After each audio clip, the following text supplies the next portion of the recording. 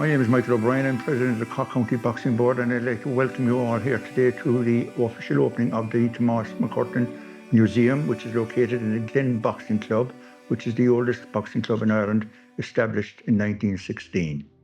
The museum has many artefacts and memorabilia from many of Cork's boxers down through the years, and we'd now like to take you on a whistle-stop tour around the museum and highlight certain aspects of the museum which has created so much prestigious history for Cork boxing. Prior to boxing under the Queensberry rules, which was boxing with gloves, there was bare-knuckle boxing in Cork for many years, but it became only official from around 1914 on. Prior to that, it was bare-knuckle, but there were world championships. And one of the great world champions came from Cork, Jack McAuliffe, a man who was born over in Christchurch Lane off the South Main Street, emigrated at 10 years of age to Maine in New York and became a world champion in 1888. He held the title for 9 years and retired undefeated. A replica of Jack McAuliffe and a photograph and a symbolic gesture of where he lived in New York is shown in this museum now as a piece that was presented to the museum by Cork Penny Dinners. Jack McAuliffe, when he retired from boxing, was a great humanitarian, and he saw the poverty and destitution he left behind in Cork, and when he retired, he became a very successful businessman, and part of his business activities was to create and open lodging homes in New York, and this is the type of door that he operated, where he fed the poor and destitute of New York. At the same time, back in Cork, penny dinners were operating, and they're doing the same thing since around 1840, and accordingly they were delighted to be associated with Jack McAuliffe and what he did in New York and what they're continuing to do to this day. Around 1900, boxing was established in Cork, and during that period it was still professional. But in 1911, the IABA, the Irish Amateur Boxing Association, was established, and their brief was to create amateur boxing throughout the country. 3 years later, the Cork County Board was established.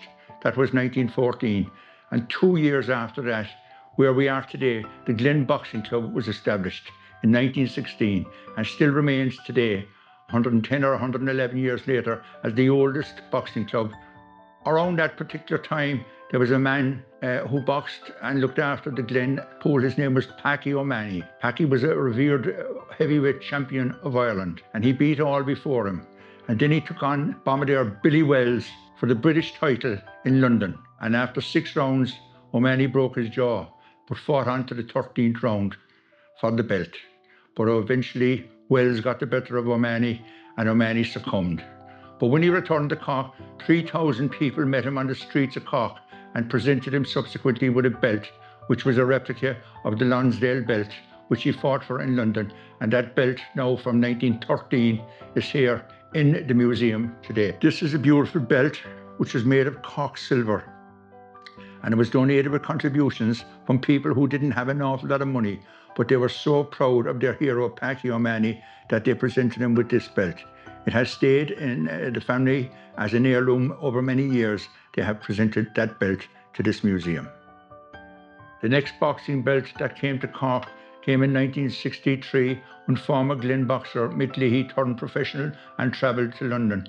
He then went on to Coventry, and he later fought for the British middleweight title, and he beat Gerald Aldridge in Nottingham in 1963, and the belt he was presented with, the only Corkman ever to win a British title belt, was Mick Leahy, and that belt is here, also presented by the family in the museum today.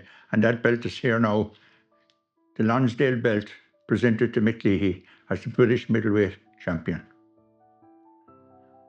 The third belt on display in the museum was won just over 50 years after that, and it was won by Gary Spike O'Sullivan.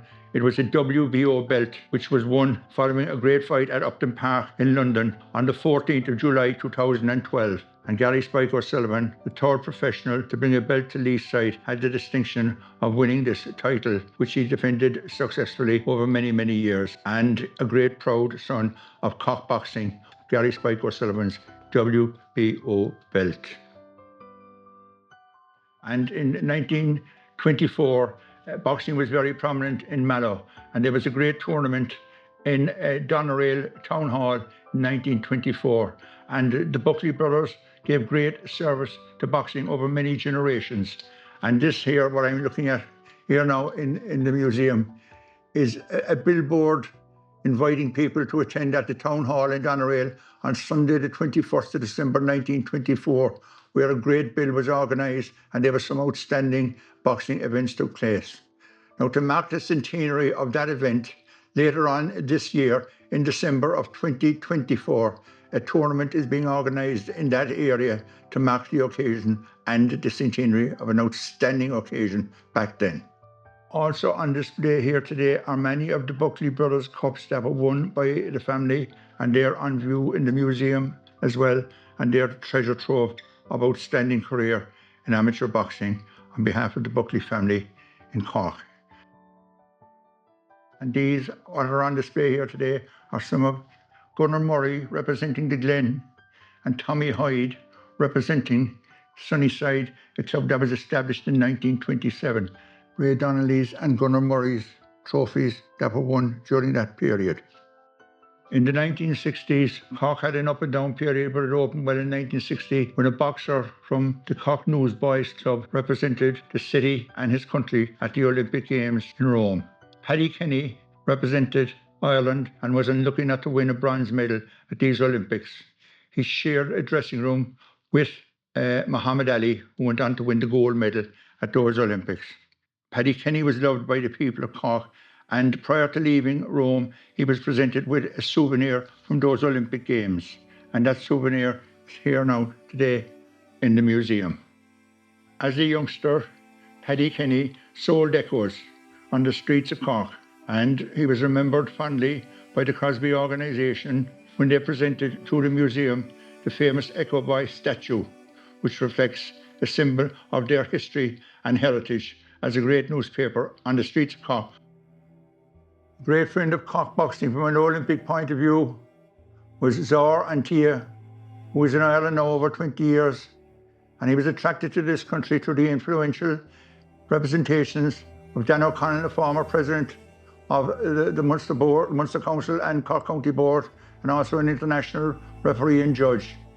He showed the way for Antia to come to Ireland, and as a consequence he brought great Olympic success to the country. Following the Olympics in 2020 in Tokyo, which took place in 2021, he presented his tracksuit top to the museum. And this here now, tracksuit worn by Zor Antia at Tokyo 2020.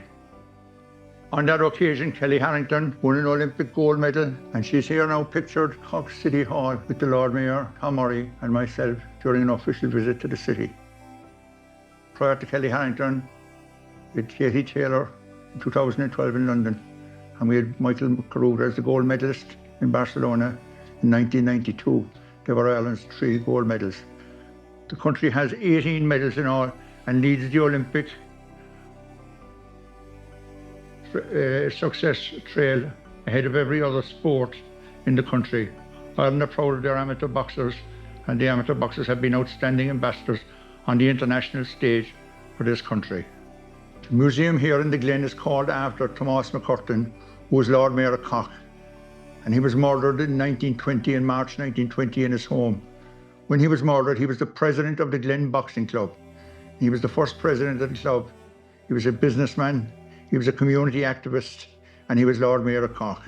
His loss to the city was huge, and his funeral, there was hundreds of thousands of people, 120,000 people attended the funeral of Tomás McCurtain in Cork in 1920. The Glen Boxing Club are proud of their president, and this museum is dedicated to his memory, both as a politician, a Lord Mayor, and most of all, a sportsman in his capacity as president of Ireland's oldest club, the Glen Boxing Club.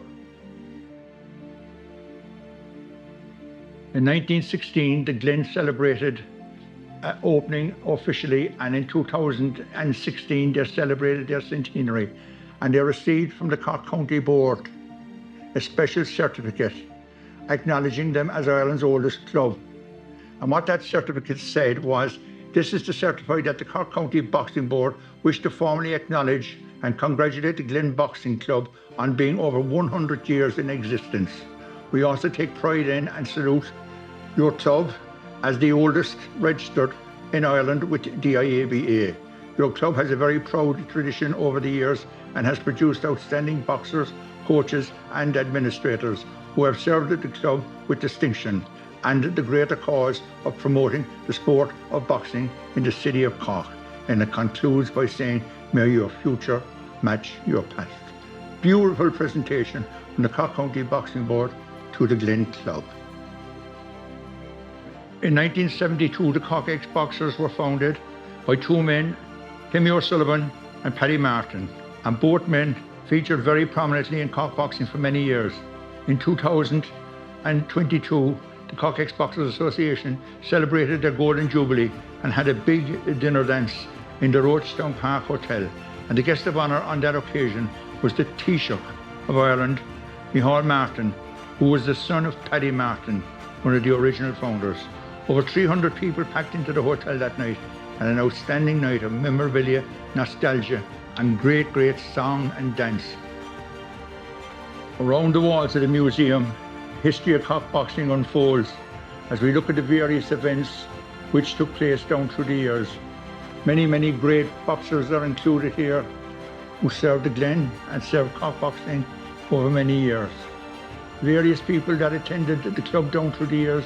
There was Taoiseachs, Taoiseachs, world champions, international ambassadors. There was consuls from various countries. All came to the Glen Club as part of the heritage and history of sport on the north side of Cork. The Glen has played a long and significant role in developing that heritage on behalf of boxing on the north side of the city. And here on the walls are many other photographs relating to many boxers from various clubs throughout the city and county. But many of Cork's representatives and ambassadors organised many championships throughout the country and various tournaments down through the years. But it gives everybody an opportunity to come up and reflect on everybody and anybody that participated in Cork boxing.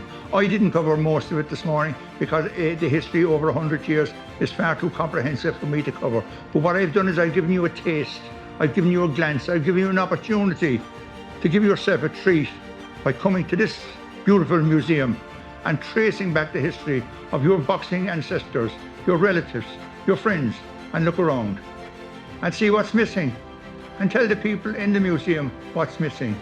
And that missing piece will be added to the history of Cork boxing, which is a beautiful story, and it's now over 100 years old.